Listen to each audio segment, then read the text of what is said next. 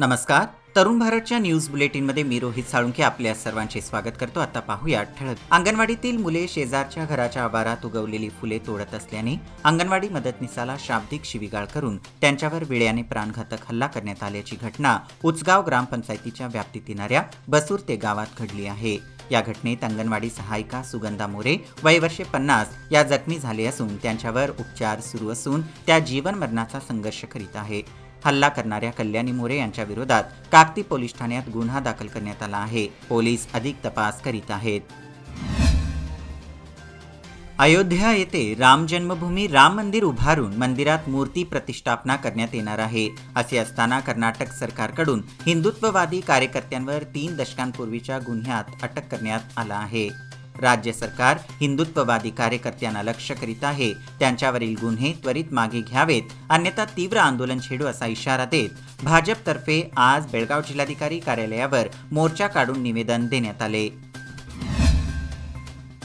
अंगणवाडीला आलेल्या मुलांना शौचालयाला घेऊन जाताना अंगणवाडी शेजारी असलेल्या घराजवळील फुले मुलांनी तोडली. या कारणावरून अंगणवाडी सहायिका सुगंधा मोरे यांच्यावर हल्ला करण्यात आला आहे. कल्याणी ज्योतिबा मोरे या महिलेने अंगणवाडी सहायिकेला मारहाण केली असून त्यांच्यावर कारवाई करण्याची मागणी करीत आज बेळगाव जिल्हाधिकारी कार्यालयासमोर कर्नाटक राज्य अंगणवाडी नोकर संघातर्फे निदर्शने करण्यात आली. महसूल निरीक्षक एस.एम. परगी यांना निवेदन सादर करण्यात आले. यावेळी संघटनेचे अध्यक्षा दोड्डवा पुजारी, मंदा नेवगी, जे.एम. जैनेखान, गोदावरी पुजारी आदी सहभागी झाले होते.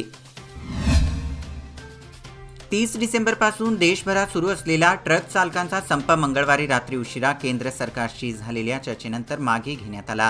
हिट अँड रन कायद्याशी संबंधित मुद्द्यांवर पुन्हा चर्चा केली जाईल, तसेच कायद्यात बदलाचा विचार केला जाईल असे आश्वासन सरकारच्या वतीने मिळाल्यानंतर संप मागे घेण्याचा निर्णय घेण्यात आला. यासोबतच ट्रक चालकांना संप मागे घेण्याचे आवाहन करण्यात आल्याचे ऑल इंडिया मोटर ट्रान्सपोर्ट काँग्रेसने सांगितले आहे.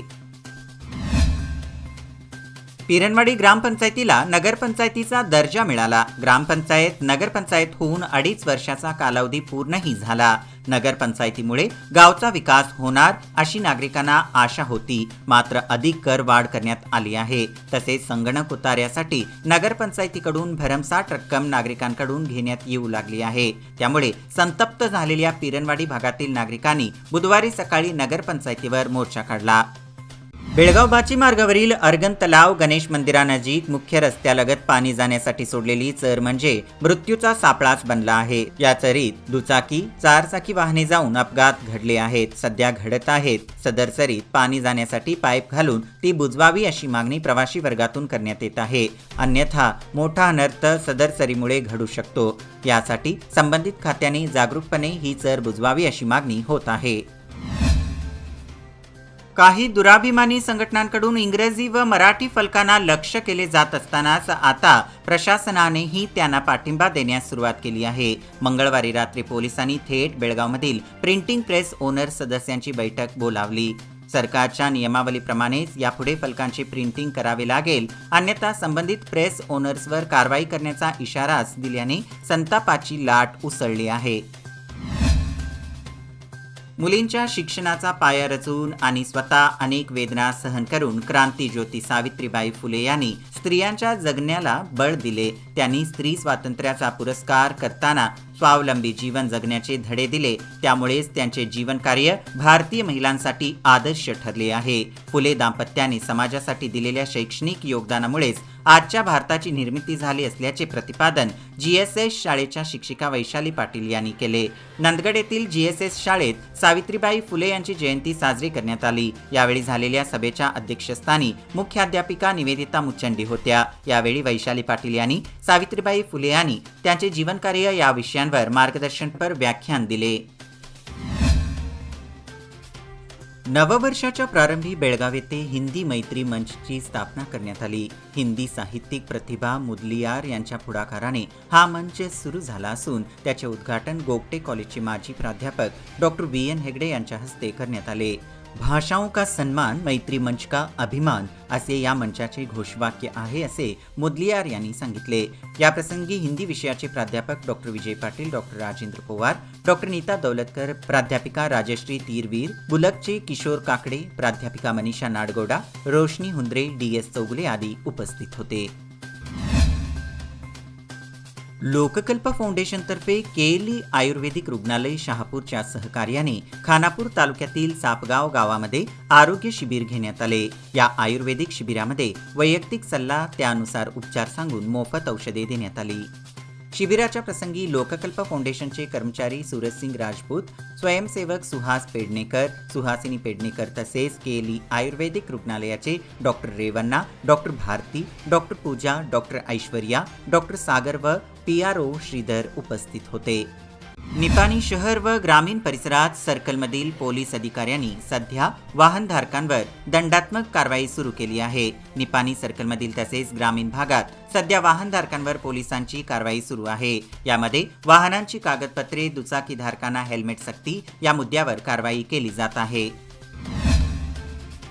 साखर कारखान्यांचा गळीत हंगाम सुरू होताच अवघ्या महिन्याभरातच ऊसाला मोठ्या प्रमाणात तुरे फुटल्याने शेतकरी व कारखानेही अडचणीत आले आहेत। ऊसाच्या वजनासह उतार्यात घट होणार असल्याने शेतकऱ्यांना हजारो रुपयांचा फटका बसणार आहे। ऊसाच्या नवीन जातींनाही तुरे फुटू लागल्याने शेतकरी हतबल झाला आहे। केंद्र सरकारच्या वतीने नवीन वाहन कायदा आणण्यात येत असल्याच्या निषेधात कुडची येथील ट्रक चालकांच्या वतीने राज्य रस्ते महामार्ग असणाऱ्या कागवाड कलादगी मार्गावरील हजरत मासाहेब चौकात सर्व वाहने अडवून आंदोलन करण्यात आले। नवीन कायद्यानुसार वाहन चालकाने अपघात केल्यास जबर दंड व मोठी शिक्षा अशी तरतूद करण्यात येत असल्याने देशभरात ट्रक चालकांच्या वतीने आंदोलन करण्यात येत आहे। त्याला पाठिंबा म्हणून कुडची येथे सुमारे 1 तास रस्ता रोको करून आंदोलन करण्यात आले। हिट अँड रनच्या घटनांना तोंड देण्यासाठी कठोर उपाययोजनांमागील हेतू आम्ही समजू शकतो, परंतु या प्रास्ताविक कायद्यामध्ये काही त्रुटी आहेत। त्याचा पुनर्विचार करणे आवश्यक आहे। देशाच्या अर्थव्यवस्थेत योगदान देणारे वाहतूक क्षेत्र व ट्रक ड्रायव्हर्स कायद्याच्या संभाव्य परिणामाबाबत घाबरलेले आहेत। ड्रायव्हर हा देशाची वाहतूक व्यवस्था सांभाळणारा देशाचा सेवकच आहे। मात्र हा नवा कायदा या सेवकांसाठी मोठा अन्याय ठरणार आहे। त्यामुळे हा कायदा तात्काळ मागे घ्यावा या मागणीसाठी निपाणी ट्रक चालक, टेम्पो चालक व रिक्षा चालकांनी मोर्चा काढून निवेदन दिले। तहसीलदार मुझफ्फर बळीगार, CPI BS तळवार आणि शहर पोलीस स्थानकाच्या उपनिरीक्षक उमादेवी यांना हे निवेदन देण्यात आले। शेतवडीत मिरची लागवडीसाठी बोरवेल सुरू करताना विद्युत तारेचा स्पर्श झाल्याने एका शेतकऱ्याचा मृत्यू झाल्याची घटना बेकवाड गावच्या हद्दीत बुधवारी दुपारी 3च्या दरम्यान घडली। या घटनेत ज्ञानेश्वर चन्नप्पा माळवी, वय वर्षे 35, राहणार झुंजवाड KN याचा जागीच मृत्यू झाला। त्यांच्या पश्चात पत्नी, मुलगा, मुलगी, आई, वडील असा परिवार आहे। त्यांच्या या मृत्यूमुळे झुंजवाड व बेकवाड गावावर शोककळा पसरली आहे। याबरोबरच हे बुलेटिन इथेच संपलं। अधिक माहिती आणि ताज्या घडामोडींकरिता पाहत रहा तरुण भारत न्यूज चॅनल। तसेच आमच्या चॅनलला लाईक, शेअर आणि सबस्क्राईब करायला विसरू नका। विश्वासार्ह बातम्यांसाठी दररोज सकाळी वाचा दैनिक तरुण भारत। धन्यवाद।